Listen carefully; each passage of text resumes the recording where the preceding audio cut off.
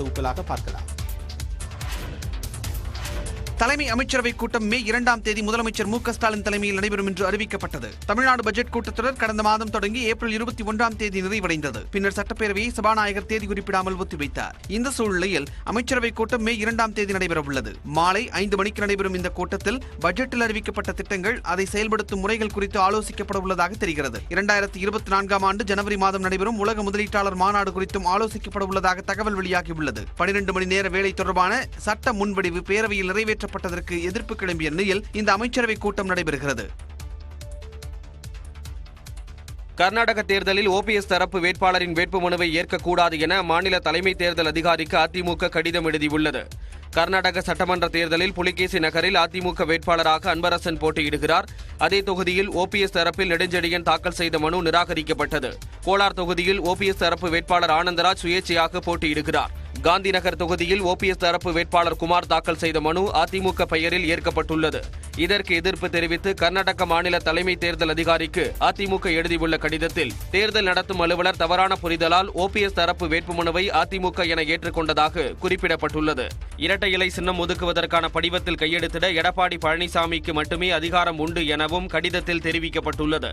இதனிடையே தாங்கள்தான் உண்மையான அதிமுக என கர்நாடகாவின் காந்திநகர் தொகுதியில் போட்டியிடும் ஓபிஎஸ் ஆதரவு வேட்பாளர் குமார் தெரிவித்துள்ளார். மக்களிடம் இரட்டை இலை சின்னத்தில் தான் வாக்கு கேட்க வந்தார். அனைத்து இந்திய அண்ணா திராவிட முன்னேற்ற கழகம் என்று தான் எங்களை போர்டிலே போட்டிருக்கிறாங்க. அதனால இந்த இரட்டை இலை எங்களுக்கு தான் கிடைக்கும் சார். எடப்பாடி பழனிசாமி தரப்பு எழுதிய கடிதத்தை தேர்தல் ஆணையம் ஏற்று ஓபிஎஸ் தரப்பு வேட்பாளரின் இரட்டை இலை சின்னத்தை பறிக்குமா என்பது ஓரிரு நாட்களில் தெரிந்துவிடும். திருச்சியில் ஓ பன்னீர்செல்வம் தரப்பு நடத்தும் மாநாட்டில் அதிமுக கொடிகளை பயன்படுத்துவோர் மீது நடவடிக்கை எடுக்க வலியுறுத்தி திருச்சி மாநகர காவல் ஆணையர் அலுவலகத்தில் எடப்பாடி பழனிசாமி தரப்பில் மனு அளிக்கப்பட்டது. திருச்சி பொன்மலை ஜி கார்னரில் ஓ பன்னீர்செல்வம் அணி சார்பில் வரும் 24ஆம் தேதி பிரம்மாண்டமான மாநாடு நடத்தப்படுவதற்கான ஏற்பாடுகள் நடந்து வருகின்றன. மாநாடு பந்தலில் அதிமுக கொடிகள் மற்றும் இரட்டை இலை சின்னம் பயன்படுத்துவதை எதிர்த்து திருச்சி மாநகர காவல் ஆணையர் அலுவலகத்தில் எடப்பாடி பழனிசாமி தரப்பில் மனு அளிக்கப்பட்டது. அனைத்து இந்திய அண்ணா திராவிட முன்னேற்ற கழகத்தினுடைய பொதுச் செயலாளர் அண்ணன் எடப்பாடியார், அப்போ இவர்கள் கட்சியை விட்டு நீக்கப்பட்டவர்கள் அதிமுகவினுடைய கொடியையும் பெயரையும் சின்னத்தையும் பயன்படுத்தக்கூடாது, இது கிரிமினல் நடவடிக்கை எடுக்க வேண்டும் என்று நாங்கள் காவல்துறையிடத்திலே மனு அளித்திருக்கிறோம். இதனிடையே திருச்சி ஜி கார்னர் பகுதியில் நடத்தப்பட உள்ள மாநாடு தொடர்பாக செய்தியாளர்களை சந்தித்த ஓ பன்னீர்செல்வம் ஆதரவாளரான முன்னாள் அமைச்சர் கூப்பா கிருஷ்ணன், அதிமுக கொடிகளை தங்கள் தரப்பு பயன்படுத்தக்கூடாது என நீதிமன்ற உத்தரவில் குறிப்பிடவில்லை என்று தெரிவித்தார். கையில பச்சை குத்தி குத்தி 40 வருஷம் ஆச்சு, இப்ப அறுத்தறிட்டுமா இல்ல அறுக்க வருவாங்களா யாராவது? என்ன விளையாடுறீங்க? இந்த கட்சியை கண்டுபிடித்தவர் எம்ஜிஆர், அவர் கொடுத்த கொடியை வைத்திருக்கிறோம். இந்த கட்சி உயர்ந்து உயர்ந்து பல்வேறு நிலைகளில் ஆட்சியிலே அமர்வதற்கு உழைத்தவர் நாங்கள். எங்களுக்கு இல்லாத உரிமை எவருக்கும் கிடையாது. எம்ஜிஆர் காட்டிய வழியில் திருச்சி மாநாட்டை கண்டிப்பாக நடத்துவோம் எனவும் ஓ பன்னீர்செல்வம் ஆதரவாளர்கள் தெரிவித்தனர்.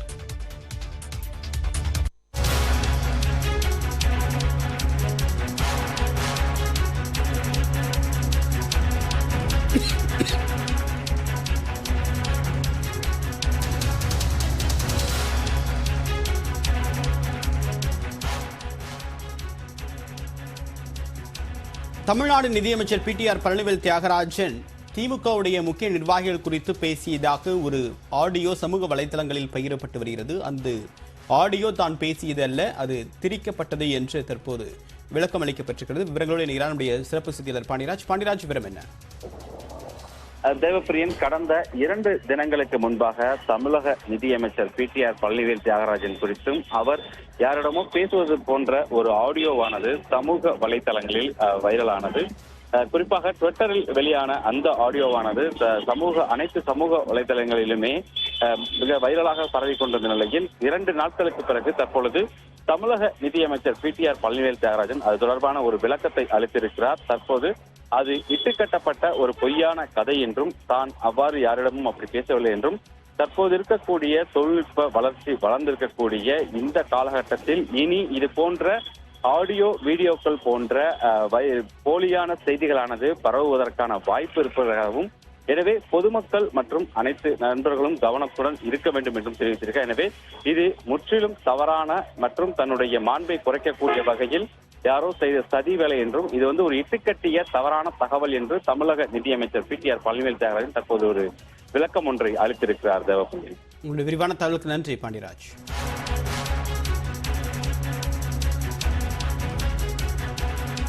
இனி தொடர்ந்து ஒரு நிமிட செய்திகளை பார்க்கலாம்.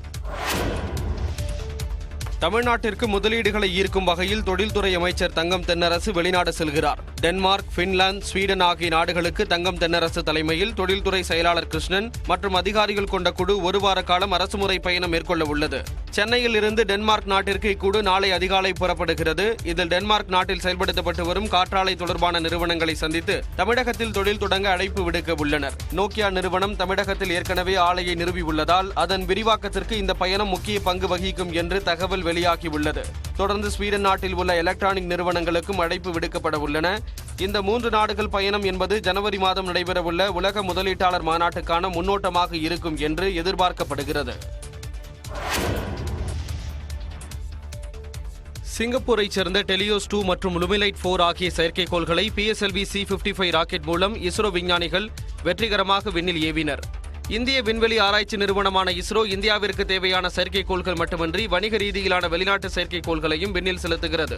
அந்த வகையில் சிங்கப்பூரைச் சேர்ந்த டெலியோஸ் 2 மற்றும் லுமிலைட் 4 என்ற செயற்கைக்கோள்களை விண்ணில் ஏவ இஸ்ரோ முடிவு செய்தது.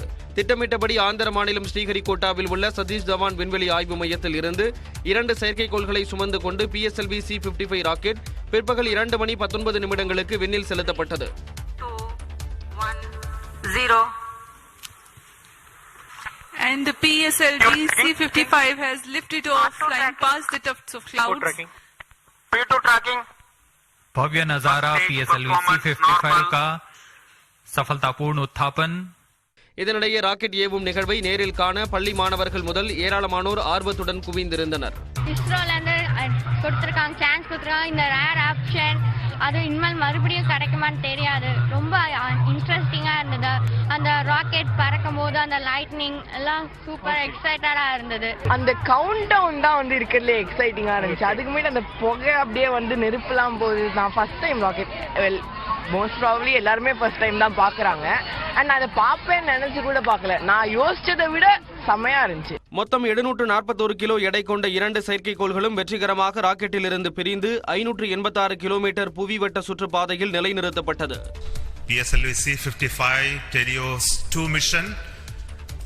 The PSLV has placed both the satellites Telios 2 and Lumlight in the intended orbit. இதில் டெலியோஸ் 2 என்ற செயற்கைக்கோள் சிங்கப்பூர் நாட்டின் புவி கண்காணிப்பிற்கு பயன்படுத்தப்பட உள்ளது. இதேபோன்று லுமிலைட் 4 செயற்கைக்கோள் கடல்சார் பாதுகாப்பிற்காக விண்ணில் செலுத்தப்பட்டது. சென்னை மற்றும் புறநகர் பகுதிகளில் திடீரென பெய்த மழையால் மக்கள் மகிழ்ச்சி அடைந்தனர். எழும்பூர், அண்ணாநகர், வள்ளுவர் கோட்டம், நுங்கம்பாக்கம், கொரட்டூர், திருமங்கலம், வில்லிவாக்கம், அம்பத்தூர் உள்ளிட்ட இடங்களில் பரவலாக மழை பெய்தது. சென்னையின் புறநகர் பகுதிகளான ஆவடி, திருநின்றவூர், பட்டாபிராம், திருமுல்லைவாயில், கள்ளிக்குப்பம் போன்ற இடங்களிலும் மழை பெய்தது. இதன் காரணமாக தாழ்வான இடங்களில் தண்ணீர் பெருக்கெடுத்து ஓடியது. சுட்டெரிக்கும் வெயிலுக்கு இடையே திடீரென்று பெய்த மழையால் குளிர்ச்சி நிலவியதால் மக்கள் மகிழ்ச்சி அடைந்தனர். சென்னை அடுத்த ஆவடியில் பிற்பகல் நேரத்தில் ஆலங்கட்டி மழை பெய்ததால் பொதுமக்கள் மிகுந்த மகிழ்ச்சி அடைந்தனர். சிறுவர் சிறுமிகள் ஆலங்கட்டி மழையை கையில் எடுத்து விளையாடி மகிழ்ந்தனர்.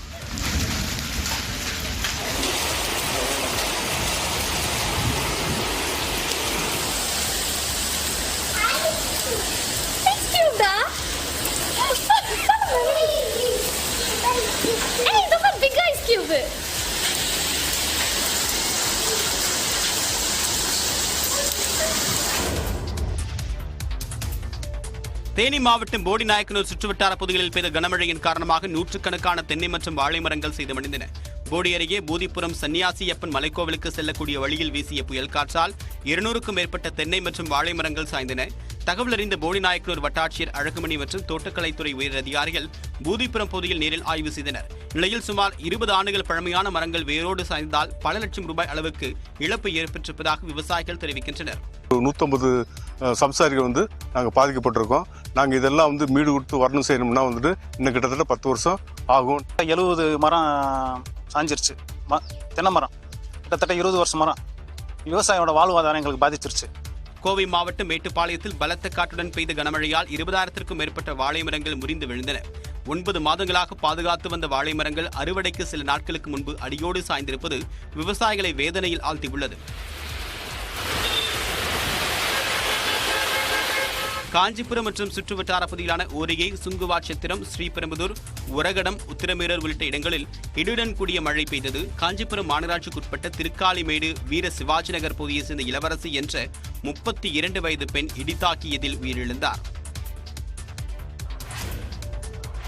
தமிழ்நாட்டில் நாளை 15 மாவட்டங்களில் கனமழை பெய்ய வாய்ப்புள்ளதாக சென்னை வானிலை ஆய்வு மையம் தெரிவித்துள்ளது.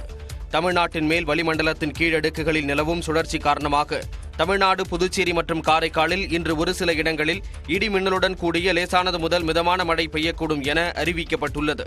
நீலகிரி, கோவை, திருப்பூர், ஈரோடு, தேனி, திண்டுக்கல், நெல்லை, தென்காசி மாவட்டங்களில் நாளை கனமழை பெய்ய வாய்ப்புள்ளதாக கணிக்கப்பட்டுள்ளது. இதேபோல் சேலம், தருமபுரி, கள்ளக்குறிச்சி, வேலூர், ராணிப்பேட்டை, திருப்பத்தூர் மற்றும் திருவண்ணாமலை மாவட்டங்களில் ஓரிரு இடங்களில் நாளை கனமழை பெய்யக்கூடும் என தெரிவிக்கப்பட்டுள்ளது. சென்னையில் 2 நாட்கள் இடி மின்னலுடன் கூடிய லேசானது முதல் மிதமான மழை பெய்ய வாய்ப்புள்ளதாக கணிக்கப்பட்டுள்ளது. அதிகபட்ச வெப்பநிலை 37 டிகிரி செல்சியஸாகவும் குறைந்தபட்ச வெப்பநிலை 27 டிகிரி செல்சியஸ் அளவிலும் இருக்கக்கூடும் என தெரிவிக்கப்பட்டுள்ளது. இன்று தமிழ்நாடு, புதுச்சேரியில் ஓரிரு இடங்களில் அதிகபட்ச வெப்பநிலை இயல்பிலிருந்து 2 முதல் 3 டிகிரி செல்சியஸ் அதிகமாக இருக்கக்கூடும் என கூறப்பட்டுள்ளது. விருதுநகர் மாவட்டம் சாத்தூர் அருகே பட்டாசு ஆலை வெடி விபத்தில் பெண் ஒருவர் பரிதாபமாக உயிரிழந்தார். உயிரிழந்தவரின் குடும்பத்திற்கு முதலமைச்சர் நிதியுதவி அறிவித்தார். சிவசங்கப்பட்டியில் கேசவன் என்பவருக்கு சொந்தமான பட்டாசு ஆலை உள்ளது. இந்த ஆலையில் 30க்கும் மேற்பட்ட அறைகள் உள்ளன. 50க்கும் அதிகமான தொழிலாளர்கள் பணியாற்றி வருகின்றனர். வழக்கம் போல் தொழிலாளர்கள் பணியில் ஈடுபட்டிருந்த போது பேக்கிங் அட்டை பெட்டிகள் வைக்கும் அறையில் திடீரென தீ விபத்து ஏற்பட்டுள்ளது.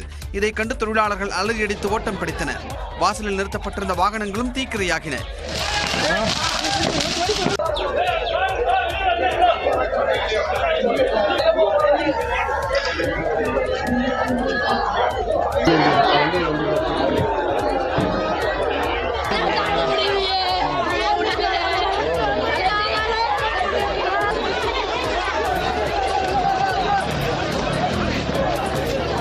இந்த விபத்தின் போது அறையில் இருந்த கணக்காளர் ஜெயசித்ரா நிகழ்விடத்திலேயே உயிரிழந்தார். தகவல் அறிந்து சென்ற தீயணைப்பு வீரர்கள் தீயை அணைக்கும் பணியில் ஈடுபட்டனர். இந்த விபத்து தொடர்பாக 7000 பண்ணை காவல்துறையினர் வழக்கு பதிவு செய்து விசாரணை மேற்கொண்டு வருகின்றனர். இந்நிலையில் ஜெயசித்ராவின் குடும்பத்திற்கு முதலமைச்சர் மு.க.ஸ்டாலின் 3 லட்சம் ரூபாய் நிதியுதவி அறிவித்தார். டெல்லியில் தாம் வசித்து வந்த அரசு பங்களாவை காலி செய்த ராகுல் காந்தி உண்மையை பேசுவதற்காக எந்த விலையை வேண்டுமானாலும் கொடுக்க தயார் என்று தெரிவித்தார். வயநாடு தொகுதி எம்பியாக இருந்த ராகுல் காந்தி கடந்த 2005ஆம் ஆண்டு முதலே டெல்லி துக்ளக் லேன் பகுதியில் உள்ள அரசு இல்லத்தில் வசித்து வந்தார். இந்நிலையில் மோடி சமூகம் குறித்து அவதூறாக பேசியதாக தொடரப்பட்ட வழக்கில் ராகுல் காந்திக்கு 2 ஆண்டு தண்டனை விதித்து குஜராத் நீதிமன்றம் உத்தரவிட்டது. இதனைத் தொடர்ந்து எம்பி பதவியிலிருந்து தகுதி நீக்கம் செய்யப்பட்டதால் அரசு இல்லத்தை காலி செய்யுமாறு மக்களவை செயலகம் நோட்டீஸ் அனுப்பியது. இதற்கான அவகாசம் 22ஆம் தேதியுடன் முடிவடைந்த நிலையில் ராகுல் காந்தி வீட்டை பூட்டி மக்களவை செயலக அதிகாரிகளிடம் சாவியை ஒப்படைத்து அரசு இல்லத்தை முறைப்படி காலி செய்தார்.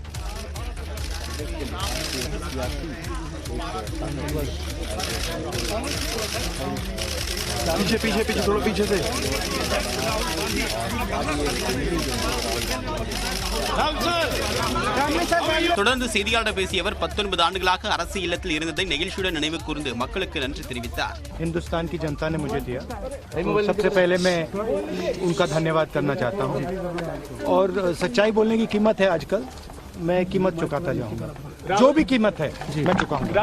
ராகுல் காந்தியுடன் தாய் சோனியா காந்தி, சகோதரி பிரியங்கா காந்தி ஆகியோரும் வந்திருந்தனர். காலி செய்யப்பட்ட பொருட்கள் ஜன்பத் சாலையில் உள்ள சோனியா காந்தி இல்லத்திற்கு கொண்டு செல்லும். குரு பெயர்ச்சியை ஒட்டி ஆலங்குடி ஆபத் சகாயேஸ்வரர் கோயிலில் சிறப்பு ஏற்பாடுகள் செய்யப்பட்டுள்ளன. இன்று இரவு 11:21 மணிக்கு மீன ராசியிலிருந்து மேஷ ராசிக்கு குரு பகவான் பயிற்சியாகிறார். இதனை ஒட்டி ஆலங்குடி ஆபத் சகாயேஸ்வரர் கோயிலில் சிறப்பு பூஜைக்கு ஏற்பாடு செய்யப்பட்டுள்ளது. இதையொட்டி இன்று காலை முதலே பக்தர்கள் வரத் தொடங்கினர். உள்ளூர் மக்கள் மட்டுமின்றி வெளியூர்களில் இருந்தும் ஏராளமானோர் வந்த வண்ணம் உள்ளனர். பக்தர்கள் சிரமமின்றி தரிசனம் செய்வதற்காக அனைத்து ஏற்பாடுகளும் செய்யப்பட்டுள்ளன. பக்தர்கள் எளிதாக வந்து செல்வதற்கு வசதியாக திருவாரூர், கும்பகோணம், மன்னார்குடியிலிருந்து ஆலங்குடிக்கு சிறப்பு பேருந்துகள் இயக்கப்படுகிறது. கோயம்புத்தூர்ல இருந்து வராங்க. குரு பயிற்சிக்காக வந்திருக்கோம். வழக்கத்தை போகிற கூட்டம் இந்த வருஷம் கொஞ்சம் கம்மியாக இருந்தாலும் கவர்மெண்ட் சார்பில் நிறைய ஏற்பாடெல்லாம் பண்ணியிருக்காங்க. போலீஸ் எல்லாம் நிறைய பண்ணியிருக்காங்க. நிறைய சப்போர்ட்லாம் பண்ணுறாங்க, எல்லாத்துக்கும் ஹெல்ப் பண்ணுறாங்க. குரு பெயர்ச்சியை முன்னிட்டு இரவு 10 மணி முதல் குரு பகவானுக்கு மஞ்சள், சந்தனம், திரவிய பொடி, பால், எலுமிச்சை சாறு உள்ளிட்ட திரவியங்களால் சிறப்பு அபிஷேகம் நடைபெற உள்ளது. இதனையடுத்து சரியாக 11:21 மணிக்கு குரு பெயர்ச்சி மகா தீபாராதனை காண்பிக்கப்படுகிறது. தொழிலாளர்களின் வேலை நேரத்தை 12 மணி நேரமாக உயர்த்தும் மசோதாவுக்கு பல்வேறு தரப்பிலிருந்து எதிர்ப்பு எழுந்துள்ளதால் தொழிற்சங்கங்களுடன் வரும் 24ஆம் தேதி அமைச்சர்கள் ஆலோசனை நடத்த உள்ளதாக அறிவிக்கப்பட்டுள்ளது. ஒரு நாளில் 12 மணி நேரம் வரை தொழிலாளர்கள் பணியாற்றலாம் என தொழிற்சாலை சட்டத்தில் திருத்தம் செய்து தமிழ்நாடு சட்டப்பேரவையில் மசோதா நிறைவேற்றப்பட்டது. இதற்கு எதிர்ப்பு தெரிவித்து திமுகவின் கூட்டணி கட்சிகளே சட்டப்பேரவையிலிருந்து வெளிநடப்பு செய்தன. மசோதாவை திரும்பப் பெற வேண்டும் என விடுதலை சிறுத்தைகள், மார்க்சிஸ்ட் கம்யூனிஸ்ட், இந்திய கம்யூனிஸ்ட் கட்சிகள் வலியுறுத்தியுள்ளன. இந்நிலையில் தமிழ்நாடு அரசு வெளியிட்டுள்ள அறிவிப்பில் புதிய மசோதா குறித்து முக்கிய தொழிற்சங்கங்களுடன் அமைச்சர்கள் ஆலோசனை நடத்த உள்ளதாக தெரிவிக்கப்பட்டுள்ளது. வரும் 24ஆம் தேதி மாலை 3 மணிக்கு நடைபெறும் கூட்டத்தில் பொதுப்பணித்துறை அமைச்சர் ஏவ வேலு, தொழிலாளர் நலத்துறை அமைச்சர் சி.வி. கணேசன், சிறு குறு மற்றும் நடுத்தர தொழில்துறை அமைச்சர் தாமு அன்பரசன் ஆகியோரும், தலைமைச் செயலாளர், தொழிலாளர் நலத்துறை கூடுதல் தலைமைச் செயலாளர் மற்றும் ஆணையர் உள்ளிட்டோரும் ஆலோசனை கூட்டத்தில் கலந்து கொள்வர் எனவும் தெரிவிக்கப்பட்டுள்ளது. தொழிலாளர்களின் வயிற்றில் அடிக்கும் 12 மணி நேர வேலை மசோதாவை தமிழ்நாடு அரசு திரும்பப் பெற வேண்டும் என்று எதிர்க்கட்சித் தலைவர் எடப்பாடி பழனிசாமி வலியுறுத்தியிருக்கிறார். இது தொடர்பாக அவர் வெளியிட்டுள்ள அறிக்கையில் திமுக அரசு தொழிலாளர்களின் நலனுக்கு எதிராக செயல்படுவதை கண்மூடி வேடிக்கை பார்க்க முடியாது என்று குறிப்பிட்டிருக்கிறார். கடந்த காலத்தில் எதிர்க்கட்சித் தலைவராக இருந்தபோது 12 மணி நேர வேலை மசோதாவை எதிர்த்த மு.க. ஸ்டாலின் தற்போது முதலமைச்சராக இருக்கும் போது அந்த மசோதாவை நிறைவேற்றியுள்ளதாகவும் எடப்பாடி பழனிசாமி கண்டனம் தெரிவித்திருக்கிறார். தொழிலாளர்களின் நலனை காக்க அதிமுக அனைத்து முயற்சிகளையும் மேற்கொள்ளும் என்று எடப்பாடி பழனிசாமி அறிக்கையில் குறிப்பிட்டிருக்கிறார். இதனிடையே கிருஷ்ணகிரியில் செய்தியாளர்களிடம் பேசிய விடுதலை சிறுத்தைகள் கட்சியின் தலைவர் திருமாவளவன் 12 மணி நேர வேலை மசோதா தொழிலாளர் சமூகத்திற்கே எதிரானதாக அமையும் என்று குறிப்பிட்டிருக்கிறார். இந்த தொழிலாளர் விரோத சட்டத்தை திரும்பப் பெற வேண்டும் என்று விடுதலை சிறுத்தைகள் கட்சியின் சார்பில் வேண்டுகோள் விடுக்கிறோம். தோழமை கட்சிகளின் சார்பில் மாண்புமிகு முதல்வர் அவர்களை சந்தித்து இது குறித்து எமது கருத்துக்களை வலியுறுத்த இருக்கிறோம். தமிழ்நாடு அரசின் 12 மணி நேர வேலை மசோதாவிற்கு தேமுதிக தலைவர் விஜயகாந்த், மக்கள் நீதி மய்யம் கட்சியின் தலைவர் கமல்ஹாசன் உள்ளிட்டோரும் எதிர்ப்பு தெரிவித்துள்ளனர். சென்னையில் ராஜா அண்ணாமலைபுரத்தில் உள்ள வீட்டிலிருந்து மீட்கப்பட்ட 55 கற்சிலைகள் பல நூறு கோடி ரூபாய் இருக்கும் என தமிழக டிஜிபி சைலேந்திர பாபு தெரிவித்துள்ளார். ராஜா அண்ணாமலைபுரத்தில் வீட்டில் சிலைகள் பதுக்கி வைக்கப்பட்டிருப்பதாக வந்த தகவலை அடுத்து சிலை தடுப்பு பிரிவு டிஎஸ்பி முத்துராஜ் தலைமையிலான அதிகாரிகள் சோதனை மேற்கொண்டனர். அப்போது வீட்டின் உரிமையாளர் அமெரிக்காவில் உள்ள நிலையில் அவரது வீட்டில் சோதனை மேற்கொள்ளப்பட்டது. அதன் முடிவில் 55 சிலைகளை அதிகாரிகள் பறிமுதல் செய்தனர். இதனையடுத்து அந்த சிலைகளை தமிழக டிஜிபி சைலேந்திர பாபு ஆய்வு செய்தார். ஆஸ்திரேலியாவிலிருந்து நம்ம இந்தியாவுக்கு இந்திய அரசாங்கத்திலிருந்து நம்ம வாங்கிட்டு இருக்கோம். வெளிநாட்டில் இருந்து அமெரிக்காவில் இருந்ததை ஆஸ்திரேலியாவில் ஒரு ஆள் வாங்கி அது நம்ம கிளைம் பண்ணி நம்ம மியூச்சுவல் ட்ரீட்டிங் மூலமாக வாங்கியிருக்கோம். பின்னர் செய்தியாளர்களை சந்தித்த தமிழக டிஜிபி மீட்கப்பட்ட சிலைகள் அனைத்தும் கோயில்களில் இருந்து திருடப்பட்டவை என கூறினார். கடந்த 2 ஆண்டுகளில் மட்டும் தொன்மை வாய்ந்த 307 சிலைகள் மீட்கப்பட்டுள்ளதாகவும் அவற்றில் பல சிலைகள் உரிய கோயில்களில் ஒப்படைக்கப்பட்டுள்ளதாகவும் தெரிவித்தார். 1000 வருஷத்துக்கு முன்னாடி உள்ள சிலைகள் எல்லாமே கோவில்களிலிருந்து திருடப்பட்ட சிலைகள் அப்படிங்கிறது நமக்கு ஆய்வின் மூலமாக, நிபுணர்கள் மூலமாக தெரிய வருது. அதை நமது அதிகாரிகள் ஆரியபுரத்தில் கைப்பற்றியிருக்கிறாங்க.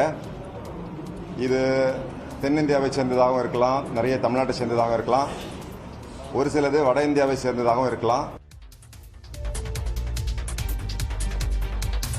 மேலும் அண்மை செய்திகளுக்கு தொடர்ந்து இணைந்தீர்கள்.